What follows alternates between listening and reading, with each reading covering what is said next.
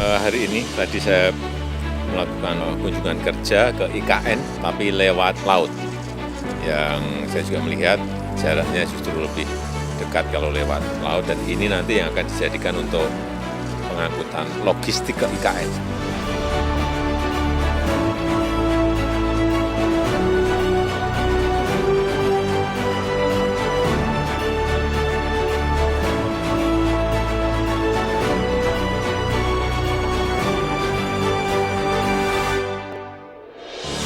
Jangan paksakan orang-orang di sekitarmu untuk mengikuti apa yang engkau mau.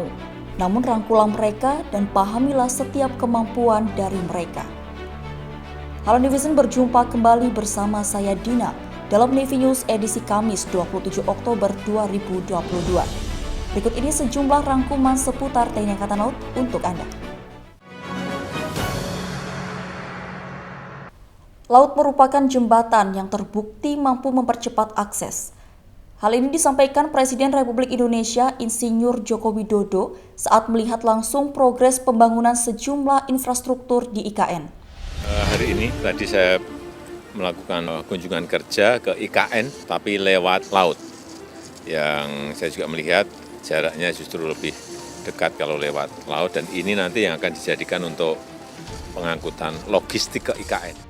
Presiden Republik Indonesia Insinyur Joko Widodo melihat secara langsung progres pembangunan sejumlah infrastruktur di Ibu Kota Nusantara.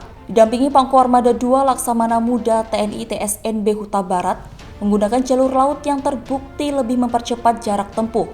Menggunakan KRI Eskolar 871 dan KRI Sidat 851 melalui Pelabuhan Semayang dengan dikawal oleh prajurit Lanal Balikpapan. Presiden Republik Indonesia menyampaikan jalur laut terbukti mampu mempercepat akses menuju IKN. Saat ini jalur laut digunakan sebagai akses untuk mengirimkan logistik untuk pembangunan IKN. Kedepan dermaga ini akan dikembangkan menjadi pelabuhan publik. Hal ini menunjukkan bahwa laut sesungguhnya bukan pemisah, melainkan pemersatu khususnya bagi negara maritim. Vitalnya peranan laut ini mengharuskan negara maritim untuk mengelola sumber daya lautnya secara maksimal. Hal ini tentunya selaras dengan pilar utama mewujudkan Indonesia sebagai poros maritim dunia sesuai program pemerintah. Kehadiran seorang pemimpin dalam berbagai kegiatan keagamaan di lingkungan TNI Angkatan Laut adalah keharusan sebagai fungsi komando. Hal ini disampaikan Wakasa Laksamana Madya TNI Ahmadi Heri Purwono pada acara Pesparawi TNI Angkatan Laut tahun 2022. Jadi sebenarnya disampaikan bahwa pembinaan personil vital itu fungsi komando. Makanya kegiatan seperti ini kami harus hadir dan harus dilaksanakan berkesinambungan. TNI Angkatan Laut secara berkesinambungan melaksanakan pembinaan personil melalui kegiatan keagamaan, di antaranya dengan menggelar Pesta Paduan Suara Gerejawi TNI Angkatan Laut tahun 2022 yang diikuti Kotama TNI Angkatan Laut wilayah Jakarta. Kegiatan yang dibuka oleh Kadis Bintal Angkatan Laut dan dihadiri sejumlah pejabat TNI Angkatan Laut menunjukkan fungsi komando di lingkungan TNI Angkatan Laut, mengharuskan kehadiran seorang pemimpin dalam setiap kegiatan keagamaan. Hal ini juga menunjukkan toleransi beragama yang tinggi di lingkungan TNI Angkatan Laut. Pada pagelaran tersebut, Wakasa Laksamana Madya TNI Ahmadi Heri Purwono memberikan trofi dan uang pembinaan kepada Kotama yang menjadi juara. Mabesal sebagai juara pertama, diikuti Seskowal dan Kolin Lamil sebagai juara kedua dan ketiga. 232 siswa Sadik 3 Sorong berhasil selesaikan pelatihan scuba diver.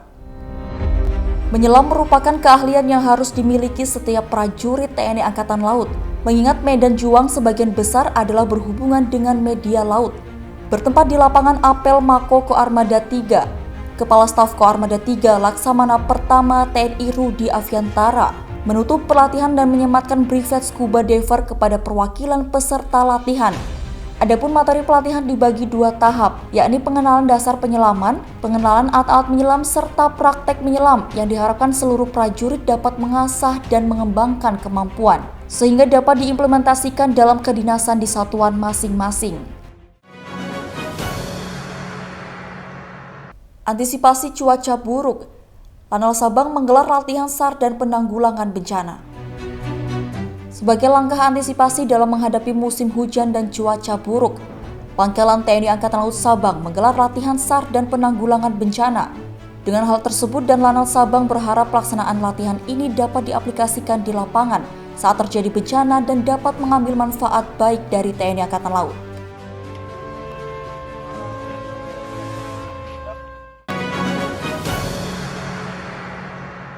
Ya, Division informasi tadi sekaligus menutup perjumpaan kita kali ini.